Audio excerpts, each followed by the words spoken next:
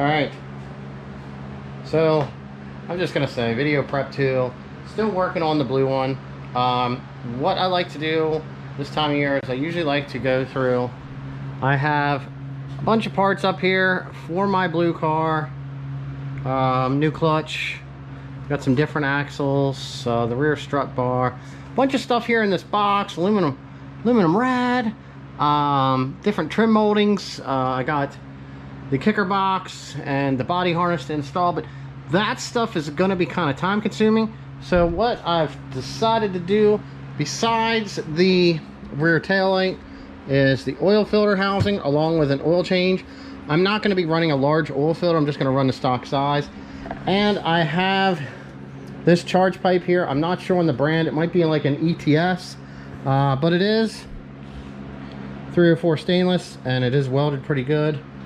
So we're going to work on getting that apart. I have one of them fancy strut bars that's in the way of everything, and we're going to get this charge pipe here out of the way, maybe even pull the battery so we can reach back in here and loosen the pipe. Along with doing that, I wanted to look into checking my AGP wastegate. I'm going to put a vacuum pump on it because I want to see what size spring is in it, see if we can bump the boost up a little bit. I believe I have a 12-pound spring, and I believe it has what, the 8 or the 9-pound that comes with it. Just kind of see if we can get a little bit more out of the car.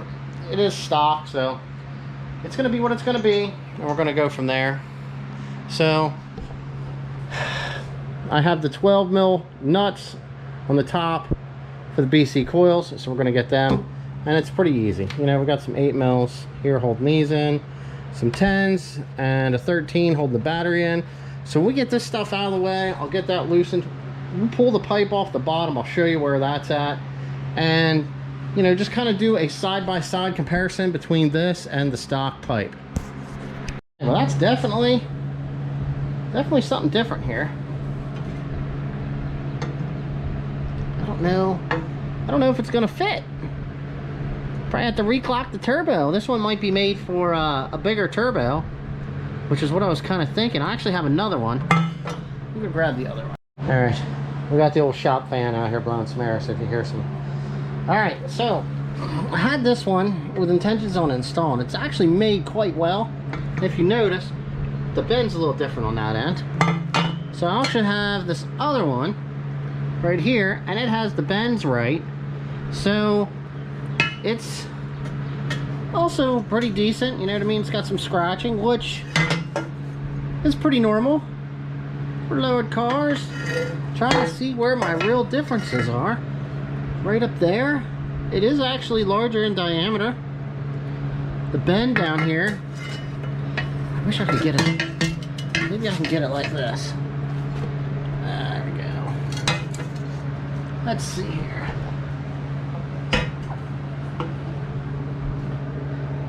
Try to get a good side-by-side. It's definitely wider on the bottom than the factory. Well, I guess it's a good thing I had the second one. That one, I guess, is just going to turn into a big turbo setup, but I know I need a bigger coupler up there, one that doesn't neck down like that. So this one here actually looks like it's big and then necks down pretty good. So I guess we're going with this one. It says ETS up here, so I'm assuming that is the ETS pipe.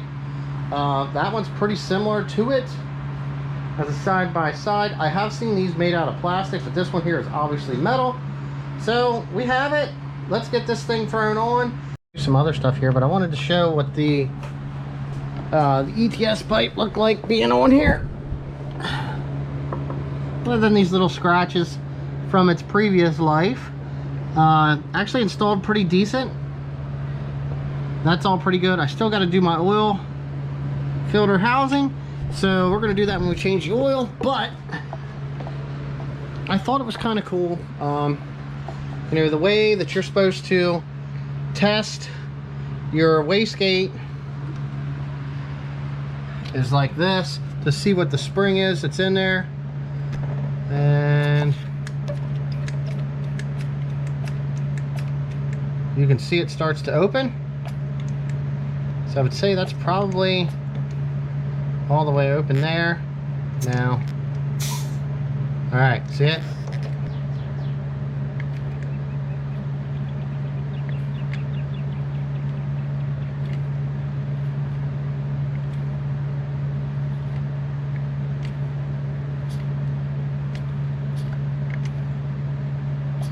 So somewhere around 15 PSI on here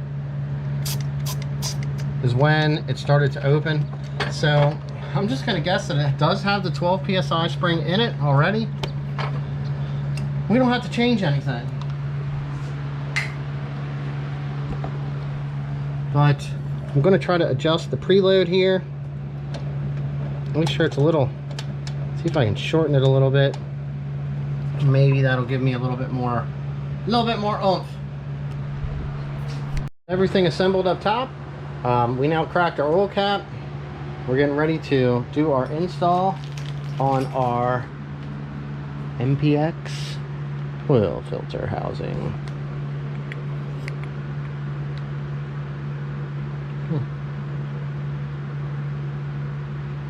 Yeah, there we go. Okay, so don't mind the fan noise. All right, so we're down here now. We got our oil filter housing. We're gonna be removing the old one. You can, I believe it's a 10 or a 12 mil Allen wrench. I've used the T60 right here, and this just unscrews here. There we go. Get our ratchet going the right way. Oh, I think we're actually going the wrong way.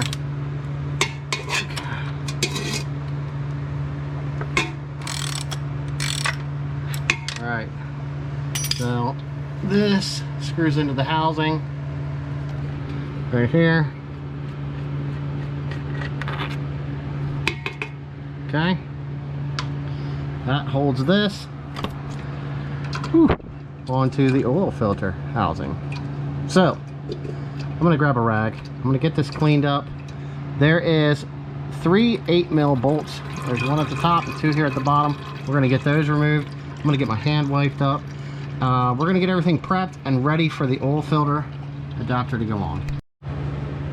Amongst our oil mess, here is our old one. Got that removed. Here's the new one, sitting next to each other. You can see the difference in the height and probably more than most likely the spacing of how far this is back. And that's the main reason why you do install that. So they'll get installed with these Allen head bolts is what they give you, and we have our Allen wrench.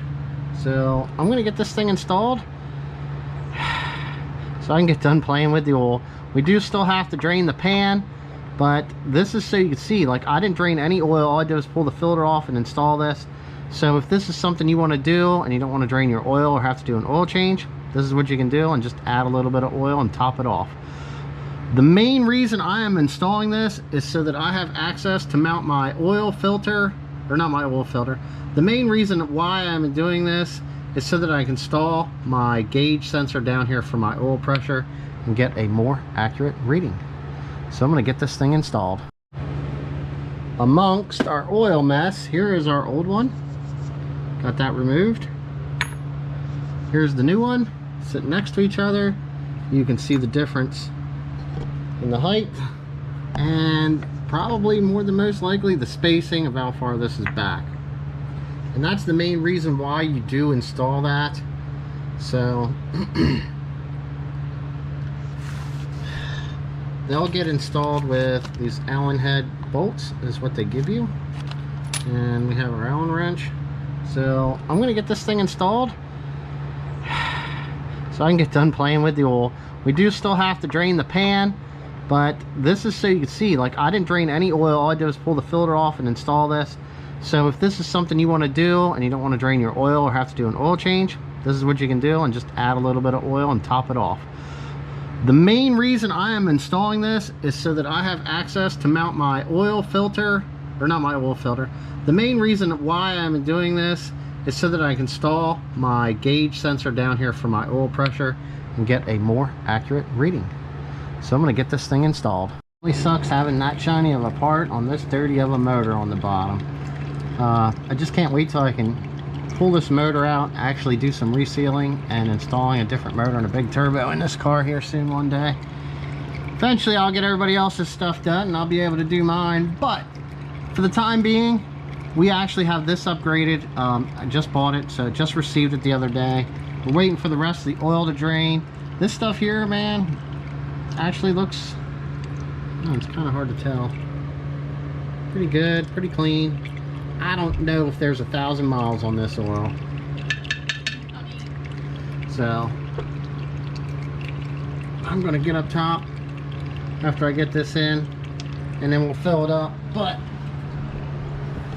here's the tools I used. Like I said, you can use this, or I believe it's like a 10 or a 12 mil Allen wrench. These are some of the other stuff I use. This for the oil filter if you needed it. 8 mil extension. It's a 5 mil Allen wrench there for the fittings. It's 13 for the factory oil drain. So, I mean, I just use these Purelator filters. But there's our old oil filter housing. Like I said, these are prone to cracking up here across the top. I've actually had a couple of them do it and had to replace them over the years.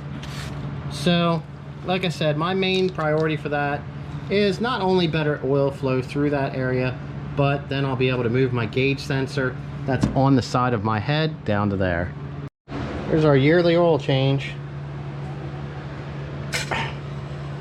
Fits nice and tight. These things look pretty good. I don't think they read quite the best.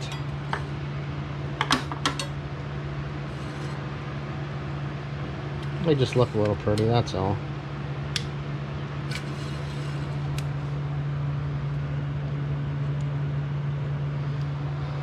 It's 5 quarts in there. Let's make sure the good old DCR is straight up and down. Alright, so we did get a couple things accomplished. We got an ETS charge pipe on now. We did adjust some of the more of the slack out of the wastegate. We put the oil filter housing on. We changed out, I don't know, whatever that thing's supposed to do in the HKS blow valve. It's supposed to make it a little bit louder. And this thing is pretty much down to the point where I believe I'm going to start getting this thing cleaned up tomorrow and work on getting it ready for the show. But we're going to take it for a test drive. I'll probably add that into the video here for tomorrow. And yeah, boost on, guys.